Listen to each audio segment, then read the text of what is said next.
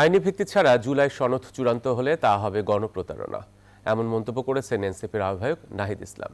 শনিবার দুপুরে কেন্দ্রীয় কার্যালয়ে জরুরি সংবাদ সম্মেলনে তিনি বলেন, আলোচনার মাধ্যমে দ্রুত আইনি ভিত্তি না দেয়া হলে রাজপথের কর্মসূচি দেবে দলটি। এ সময় আইনি ভিত্তি ও সনদ বাস্তবায়নের রূপরেখা প্রকাশ করলে জুলাই সনদে এনসিপির সই করবে বলে জানান দলটির সদস্য সচিব আখতার হোসেন। শুক্রবার হয়ে যাওয়া জুলাই সনদ স্বাক্ষর অনুষ্ঠানে অংশ নেয়নি জাতীয় নাগরিক পার্টি এনসিপি। দলটি আগেই জানিয়েছিল আইনি ভিত্তির নিশ্চয়তা ছাড়া তারা স্বাক্ষর করবে না। এর প্রেক্ষিতে জরুরি সংবাদ সম্মেলন করে এনসিপি।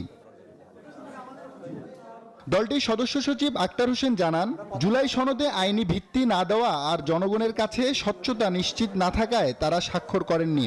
বলেন, আইনি ভিত্তি ও সনদ বাস্তবায়নের রূপরেখা প্রকাশ করলে জুলাই সনদে এনসিপি সই করবে। জুলাই সনদের আইনি ভিত্তি না দেওয়া এবং বাস্তবায়নের পথরেখা জনগণের কাছে স্বচ্ছ ধারণা উপস্থাপন না করায় জাতীয় নাগরিক পার্টি এনসিপি আমরা গতকালের জুলাই সনদ স্বাক্ষর অনুষ্ঠানে উপস্থিত হওয়া থেকে বিরত থেকেছি। জুলাই সনদ স্বাক্ষরকে কেবল আনুষ্ঠানিকতা উল্লেখ করে দলটির আহ্বায়ক নাহিদ ইসলাম বলেন, আইনি ভিত্তি নিয়ে ঐক্যমত কমিশনের সাথে আলোচনায় বসে সমাধান চান তারা। নাহিদ বলেন, 90-এর পুনরাবৃত্তি দেখতে চায় না জাতি। যদি এর আইনি ভিত্তি তৈরি না হয়, এটার কেবল আনুষ্ঠানিকতাও থাকবে না, এটি একটি গণপ্রতারণা এবং জাতির সাথে একটি প্রহসন হবে। আমরা বাংলাদেশের ইতিহাস থেকে এই অভিজ্ঞতা আমরা দেখেছি। 90-এর গণ অভ্যুত্থানের পরেও 3 দলের জোটের যে রূপরেখা আপনাদের মনে আছে, সেই রাজনৈতিক সমঝোতা কিন্তু রক্ষা করা হয়নি।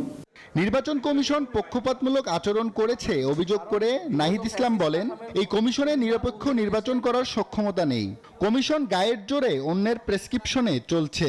ফলে নির্বাচন কমিশন নিয়ে আমাদের এই উদ্বেগ থাকবে। আব্দুল্লাহ মামুন, নিউজ 24, ঢাকা। বান্ডেল থাকলে প্রতি সেনমানিতে টাকা বাঁচবে। বিকাশ সেনমানি বান্ডেল কিনে জিতুন প্রতি লেনদেনে।